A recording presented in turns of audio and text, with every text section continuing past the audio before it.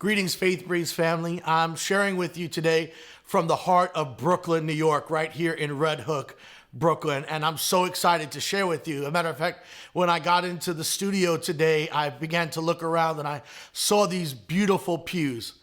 So much of what we associate with religion and Christianity are things like pews or edifices. We look at huge cathedrals. New York has some of the most beautiful. I've been to Italy and Greece and around the world. We look at these beautiful edifices and we see them and we think of religion and we think of Christianity. We think of the things that represent this religion, this God that we serve.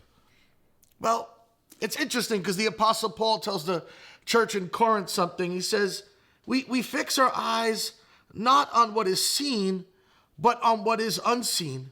For what is seen is temporary, but what is unseen is eternal. As a matter of fact, the truth of the matter is what we should associate most with Christianity can't be seen with our eyes at all. Our faith can't be seen. Certainly our breath is real. I mean, we couldn't live without breathing the oxygen that flows through our lungs, in through our mouth, out through our nostrils. Those things are real, and yet we cannot see them at all. And the Bible says that actually what is not seen is even more real than everything we see around us.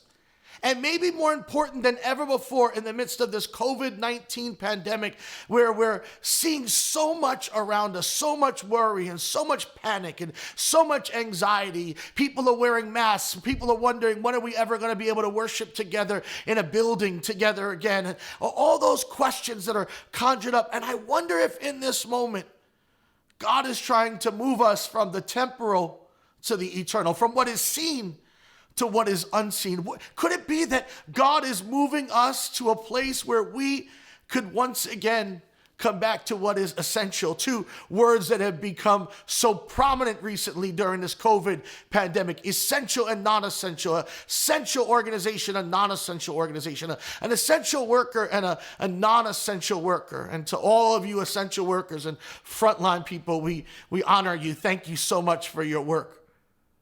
Think about it. Could it be that Christianity, what is really essential, isn't the building and isn't the pews and aren't the cathedrals, as great as all those things are, and I celebrate them, but could it be as simple as your faith, which is unseen?